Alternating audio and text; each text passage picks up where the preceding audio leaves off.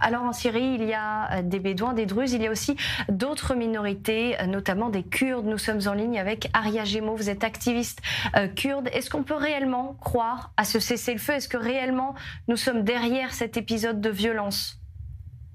Non, absolument pas. Même si il y aurait un certain calme, on va dire, là, dans cette temporalité précise, ça va recommencer parce qu'en fait, fondamentalement, l'idéologie de ces groupes différents djihadistes et extrémistes, c'est d'aller exterminer ce qui n'est pas pareil qu'eux. Donc, ce qui n'est pas extrémiste, signé dans la charia, etc. Donc, à partir de ce fondement idéologique, ces violences, elles vont se répéter. Elles vont se répéter entre toutes les communautés qui ne répondent pas aux critères qu'eux souhaitent avoir. Alors il y a donc les minorités druzes qui ont été visées. Quelques mois, c'était les Alaouites. Est-ce que les autres minorités, comme les Kurdes de Syrie, doivent elles aussi être inquiètes? Bien sûr, et on doit être d'autant plus inquiet parce qu'on a déjà eu un premier épisode en 2018. Le HTS qui avait envahi Afrin, d'où ma famille donc, est originaire, on est kurdes, yézidis, où nous avons été complètement effacés sans que la coalition internationale n'agisse, mais on nous avait promis, soi-disant, d'aller à retrouver les auteurs de ces crimes, etc. Donc ça fait plus de 6 ans. Rien n'a été fait. Le HTS est aujourd'hui encore pire au pouvoir. Donc bien sûr qu'on ne les croit pas. Ça fait déjà 6 ans qu'ils nous ont déjà montré ce qu'ils faisaient, ce qu'ils étaient capables de faire, comment ils administraient leur région. Donc bien sûr, il n'y a zéro confiance. Et Ahmed Al-Shara, qui avait pourtant promis, on se souvient en janvier dernier, lorsqu'il a officiellement pris le poste de président, il avait promis de protéger les minorités, d'unir la Syrie. C'était du bluff? Mais c'est absolument du bluff. Il ne faudra jamais croire à un djihadiste extrémiste comme Al-Shara. On ne revient pas avec un turban à massacrer, à égorger des civils, le lendemain à devenir un président d'un pays qui va être démocratique et respecter les minorités, etc. Ça n'existe pas. Ça, c'est des fantaisies que malheureusement l'Occident tente à y croire. C'est faux. Le Moyen-Orient, les gens au Moyen-Orient le savent. Et lorsque vous voyez ce même Ahmed Al-Shara reçu, dérouler le tapis rouge à l'Élysée, serrer la main du président américain Donald Trump, qu'est-ce que vous ressentez?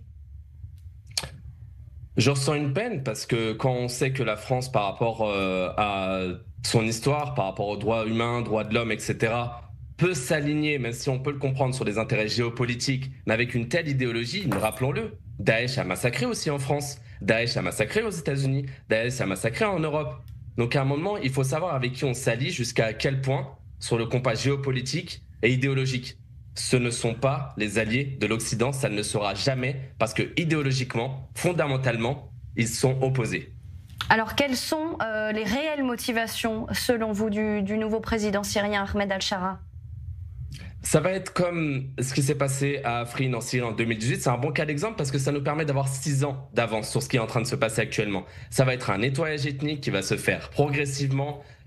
Ça suit simplement en fait ce qui est décrit dans la charia et ce que l'État islamique a voulu implémenter, c'est que Al-Qaïda a voulu implémenter. Et aujourd'hui en Syrie, on a 1001 factions qui en plus s'affrontent entre elles, mais pas que, s'unissent, vont attaquer. Ce qui leur importe, c'est d'imposer ce système de gouvernance dictatoriale, tyrannique, fondé autour de la charia et de l'extrémisme djihadiste. Et à partir de ce moment-là, c'est ça qui va se passer. Et le fait que Ahmed Al-Shara justement essaye d'avoir des accords et en tout cas de se faire copain avec les pays occidentaux, est-ce que c'est pas aussi une manière pour lui de gagner du temps? Parce qu'on sait que pour l'instant, en Syrie, il n'y a pas réellement d'armée. Absolument, c'est juste des milices, mais il ne va pas y arriver. Il ne va pas y arriver. On le voit déjà avec ce qui est en train de se passer à Soueïda actuellement. Il n'y a aucun contrôle. Tous les groupes extrémistes sont armés. Toutes les 2-3 heures, il y a un clan tribal, un mouvement djihadiste qui s'exprime contre lui, contre ci, contre ça. Mais ça ne va pas fonctionner. Et vous pensiez, puisqu'il y a quelques semaines avant ces violences donc, entre les Druzes et les Bédouins, quelques jours même, il y avait peut-être des discussions pour une éventuelle normalisation entre la Syrie et Israël. Pour vous, c'est quelque chose qui est possible ? Je ne pense pas, en fait. Toute entité géopolitique, communauté, etc., qui vit ou qui doit interagir proche de loin avec le HTS, ça va être au niveau idéologique, il faut analyser le point de vue.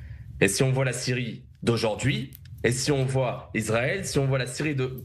ce n'est pas possible.